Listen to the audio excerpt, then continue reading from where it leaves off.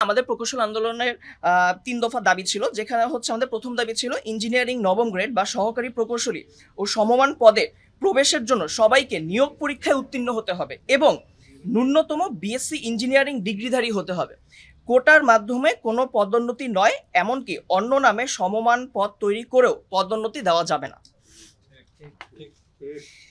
আমাদের দাবি ২, দশম গ্রেড টেকনিক্যাল বা উপসহকারী প্রকৌশলী ও সমমান পদে ডিপ্লোমাধারীদের জন্য বরাদ্দকৃত 100% কোটা বাতিল করতে হবে। ওই পদের জন্য ন্যূনতম শিক্ষাগত যোগ্যতা ডিপ্লোমা ইন ইঞ্জিনিয়ারিং নির্ধারণ করতে হবে এবং উচ্চতর শিক্ষাগত যোগ্যতা সম্পন্ন স্নাতক ও স্নাতকোত্তর ডিগ্রিধারী প্রকৌশলীদের আবেদন করার সুযোগ দিতে হবে। ৩, বিএসসি ইঞ্জিনিয়ারিং ডিগ্রি ব্যতীত কেউ নামের পাশে ইঞ্জিনিয়ারিং পদবি ব্যবহার করলে কঠোর আইনানুগ ব্যবস্থা গ্রহণ করতে হবে। আপনারা জানেন, আমাদের এই দাবির প্রেক্ষিতে পরবর্তীতে সংশ্লিষ্ট প্রশাসন আমাদের সাথে আলোচনায় টেবিলে বসতে রাজি হয় এবং আমরা এই উদ্যোগকে অবশ্যই সাধুবাদ জানাই। দাবিসমূহের যৌক্তিকতা পরীক্ষা নিরীক্ষা পূর্বক সুপারিশ প্রণয়নের জন্য একটি কমিশন গঠন করা হয়, যেখানে সংশ্লিষ্ট ব্যক্তিবর্গরা প্রকৌশলী এবং ডিপ্লোমাধারী উভয় পক্ষকেই আলোচনার টেবিলে ডাকে এবং সকলের যুক্তিতর্ক সমানভাবে উপস্থাপনের সুযোগ করে দেয়, যাতে কারো প্রতি কোনো রকম বৈষম্য তৈরি না হয়। কিন্তু আমরা লক্ষ্য করছি যেটা, আলোচনার টেবিলে শান্তিপূর্ণ সমাধানের সুযোগ থাকা সত্ত্বেও আজকে গাজীপুরে রেলপথ অবরোধের ঘোষণা দেওয়া হয়েছে ডিপ্লোমাধারীদের পক্ষ থেকে। উল্লেখ্য, সংস্কার কমিশনে ডিপ্লোমাধারীদের পক্ষ থেকে যে প্রতিনিধিরা গিয়েছেন, এখানে বলে নিতে চাই যে সংস্কার কমিশন গঠন হওয়ার পর একটি ওয়ার্কিং গ্রুপ তৈরি করা হয়েছে, যে ওয়ার্কিং গ্রুপে ডিপ্লোমাধারী এবং বিএসসি প্রকৌশলী উভয় পক্ষেরই প্রতিনিধি নেওয়া হয়েছে। সেখানে ডিপ্লোমাধারীদের যে প্রতিনিধিরা রয়েছেন তার মধ্যে তারাই সড়ক অবরোধ করে সহিংস আন্দোলনে যাওয়ার জন্য ক্রমাগত উস্কানি দিয়ে যাচ্ছেন। এর মধ্যে একজন আইডিইবির সদস্য মোহাম্মদ নাজিম সরকার, যিনি কমিশনের ওয়ার্কিং গ্রুপে আছেন, তিনি নিজেই ডিপ্লোমাদের গ্রুপে পোস্ট করছেন যে শুধুমাত্র আলোচনার টেবিলে সমাধান সম্ভব নয়। এই যে আমরা নাজিম সরকারের ফেসবুক স্ট্যাটাস নিয়ে এসেছি, তিনি নিজে থেকে উস্কানি দিয়ে যাচ্ছেন যে আলোচনার টেবিলের দরকার নেই সমাধানের, তিনিও সড়ক অবরোধ করে জনদুর্ভোগ সৃষ্টি করে সহিংস আন্দোলনের মাধ্যমে গায়ের জোরে তাদের দাবি আদায়ের চেষ্টা করছে। এই কপিগুলো আমরা পৌঁছে দিব আপনাদের কাছে। এখন আমাদের প্রশ্ন, ওনারা আলোচনার টেবিলে গিয়ে এখন কেন জনদুর্ভোগ করে সড়ক অবরোধের উস্কানি দিচ্ছেন? গায়ের জোরে যদি দাবি আদায় করতে চান, তাহলে ওনারা আলোচনার টেবিলে কেন আসলেন? আলোচনার টেবিল ছেড়ে সড়ক ও রেলপথ অবরোধ কোনো যৌক্তিক সমাধান হতে পারে না। এগুলো শুধুই বিশৃঙ্খলা তৈরির পায়তারা এবং আমরা এসব কর্মসূচিকে গভীর ষড়যন্ত্র হিসেবে দেখছি, যা প্রথাগত আন্দোলনকে ভিন্ন পথে নিয়ে যাচ্ছে।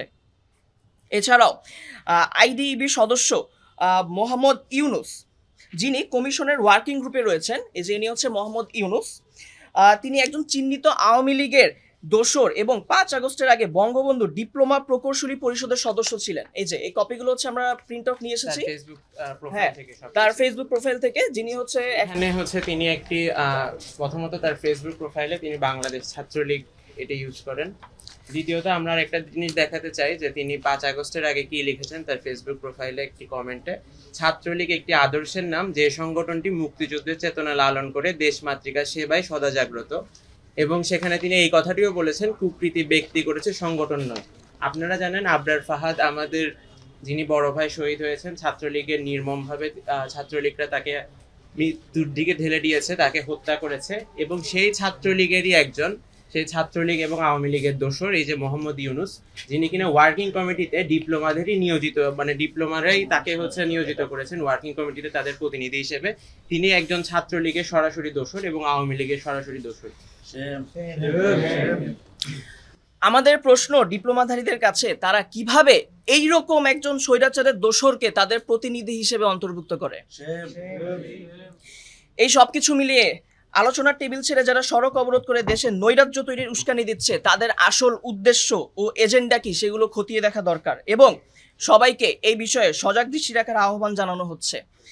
অযথা রেলপথ অবরোধ করে সাধারণ জনগণের দুর্ভোগ সৃষ্টি করলে আমরা সংশ্লিষ্ট প্রশাসনকে আইনানুগ ব্যবস্থা নেওয়ার দাবি জানাচ্ছি। সর্বোপরি আমরাও চাইলে ৮০ লাখ শিক্ষার্থী নিয়ে দাবি আদায়ের জন্য রাজপথে নামতে পারতাম, কিন্তু আমরা বিশ্বাস করি যৌক্তিক দাবি আদায়ের জন্য গায়ের জোর খাটিয়ে সাধারণ মানুষকে জিম্মি করে রাস্তা অবরোধ করার প্রয়োজন নেই। যৌক্তিক দাবি জানালে কর্তৃপক্ষ নিজ উদ্যোগে তা আমলে নিয়ে ব্যবস্থা গ্রহণ করবে। না, আমরা আরো কিছু দেখাতে চাই, যেমন ডিপ্লোমাদের নিয়োজিত যে প্রতিনিধি, তিনি সরাসরি এই যে দেখেন, এটা তার ফেসবুক প্রোফাইল থেকে নেওয়া। তিনি সরাসরি হচ্ছে ফেসবুক প্রোফাইলে শেখ হাসিনার ছবি শেয়ার করেন। তিনি হচ্ছে যে বঙ্গবন্ধু ডিপ্লোমা প্রকৌশলী পরিষদের একজন, তিনি সরাসরি একজন দোসর স্বৈরাচারের, এবং তার সবগুলোই তার ফেসবুক প্রোফাইলে আপনারা খুঁজলেই দেখতে পারবেন। এছাড়াও হচ্ছে যে আমরা এখানে আপনাদের কাছে বেশ কিছু ডাটা দিব, যেখানে হচ্ছে দেখানো হচ্ছে যে অ্যাকচুয়ালি কি পরিমাণ বৈষম্য হচ্ছে বিএসসি ইঞ্জিনিয়ারের প্রতি।